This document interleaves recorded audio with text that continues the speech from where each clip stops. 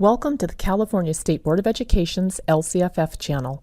The video and audio downloads available on the LCFF channel are designed to help the education community learn about how the local control funding formula works to support local implementation activities.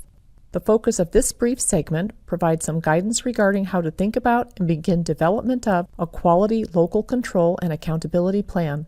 January 16th, the State Board of Education approved a template for the Local Control and Accountability Plan, or LCAP. The timing is great, as all districts, charter schools, and county offices of education need to have a completed and local board-approved LCAP in place prior to their final budget adoption for 2014-15. The LCAP is a critical part of what makes LCFF work to support student success. The simplification in the funding formula for education made by LCFF is not just for the sake of simplicity, but because a simple formula is important to support the goal of increased transparency and accountability. The development and sharing of the LCAP is how LCFF supports these goals. The LCAP is first and foremost about creating a great plan that will guide how a district, charter school, or county office of education supports student success. Ideally, it will be brief, easy to understand, and contain key information about how an educational agency plans to act and spend funding to address state and local priorities for student success. It resembles the type of information contained in a strategic plan where the emphasis is on creating a document that shares the story of how an agency plans to achieve its mission and vision.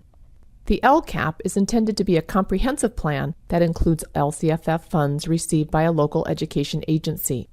It can include other funds if such information is helpful. Each LCAP is expected to include information about the goals, services, and spending plan that address the needs of all pupils and each significant subgroup. Furthermore, the LCAP must reflect specific goals for school sites, which may be district-wide or county-wide, or called out by individual site. The LCAP does not replace existing site plans. Rather, it is expected that the LCAP and site plans are aligned and that site-level advisory groups are informed about and have been engaged in providing input to the development of the LCAP. The LCAP is organized around state and local priorities.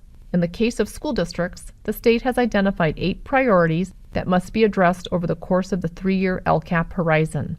County offices of education must address these same 8 priorities, plus 2 additional priorities related to coordination with other agencies.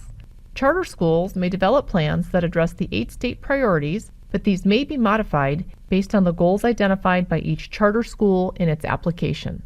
Let's take a brief tour of the LCAP and its components. The LCAP is comprised of 3 sections. Section 1 asks for information about stakeholder engagement and how this has contributed to the development of the LCAP.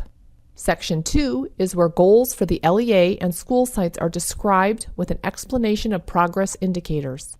Section 3 is where actions, services, and expenditures are described that address the goals from Section 2. Each section starts with instructions. The instructions are directly related to requirements from the Education Code. Following the instructions are guiding questions. The guiding questions are included to help prompt thinking that may help construct the story or information that goes into the plan for the specific section. It is not necessary or desirable to provide answers to every question when writing the LCAP. There is information that must be written in each section. It is expected that when read together, the information across the sections provides an accessible story about the needs, approach, and investments that each LEA is making to support student success for all students. LEAs may resize pages or attach additional pages to facilitate completion of the LCAP. The LCAP is intended to help LEAs prepare a performance-based plan that reflects local needs, local approaches, and local conversations. It is not a plan that needs to be created, but one that should be created if we are serious about engaging stakeholders, supporting transparency, and committing to meaningful accountability. It does not ask for signatures, sign-in list, or dates. What it does ask for is a local story that emphasizes a progression of impact over the 3 years captured in each LCAP. A few tips to close with. Engagement of stakeholders is critical to LCFF. As you plan for this engagement, consider what information stakeholders need and the types of contributions you are asking of them. Make this plan a local story with local importance. This LCAP is not for the state. It's your local district, charter school, or county office of education spending plan for student success. Expect to start okay and get better at this over time. The approach to planning promoted by the LCAP is not what most LEAs are accustomed to. Our first LCAPs are going to be okay to start, but let's commit to make them better as we go. Finally, if you're an LEA that has a great strategic plan, use it as a starting point. Good strategic plans generally are good because stakeholders have been engaged, goals are focused, activities are clear, and the content has been communicated. That's exactly what will make a great LCAP. Thank you for viewing this edition of the LCFF Channel's Implementation Insight. More information can be found at lcff.wested.org and at www.cde.ca.gov.